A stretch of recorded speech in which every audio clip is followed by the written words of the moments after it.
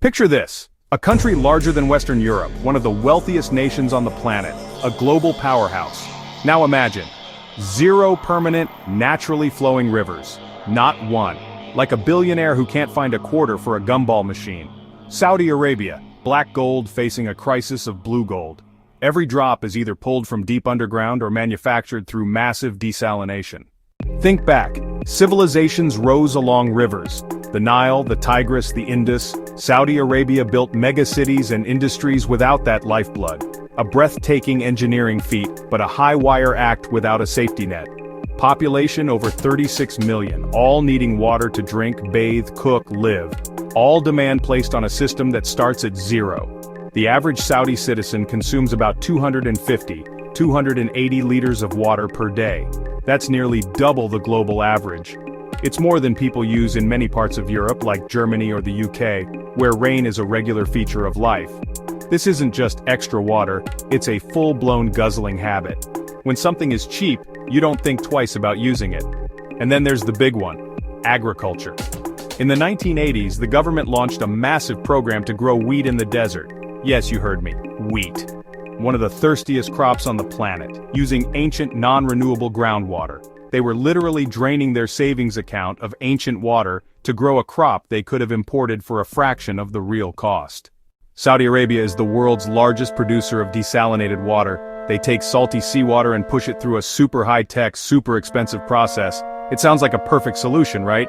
A technological silver bullet. But here's the secret they don't put on the glossy brochures. This process has some seriously dirty laundry. Turning salt water into fresh water is an energy-guzzling monster powered almost exclusively by burning oil and natural gas. The super salty, toxic brine goes right back into the sea, devastating marine ecosystems like coral reefs. Building and running these plants costs billions upon billions, money that could be spent on education, healthcare, or diversifying the economy. In the mid-2000s, the government finally woke up. They cut subsidies and announced a phase-out of wheat production. The result? Ghost farms. Abandoned farmhouses, rusting irrigation equipment, fields being reclaimed by the desert. But they just switched crops. Instead of wheat for people, the kingdom now focuses on growing alfalfa to feed its massive dairy industry, still using huge amounts of water. Meanwhile, in the cities, water cuts are not uncommon in some neighborhoods, especially during scorching summer months. Families have to rely on water tankers to fill tanks on their roofs, a costly and inconvenient solution. This creates a tale of two Saudis. In glossy advertisements, you see futuristic cities. On the ground, you have people who worry about their taps running dry. The Saudi government's big answer is Vision 2030, their master plan to diversify the economy and create a sustainable future. A huge part is dedicated to water, increasing water recycling, reducing consumption, investing in new desalination technologies. They've started tough, unpopular steps.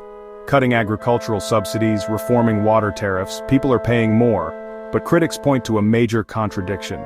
Vision 2030 preaches sustainability, but pushes water-intensive giga projects like building a 170-kilometer city, developing luxury resorts, hosting massive international events, all needing colossal water for construction and millions of visitors.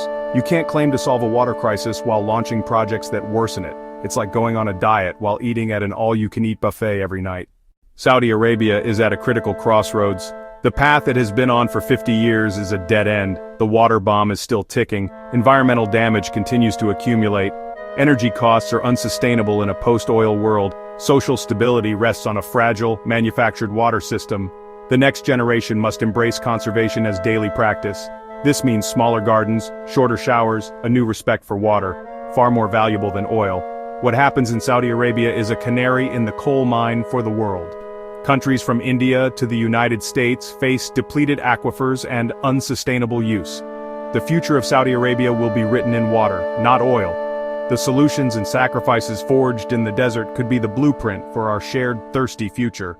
The clock is ticking for everyone.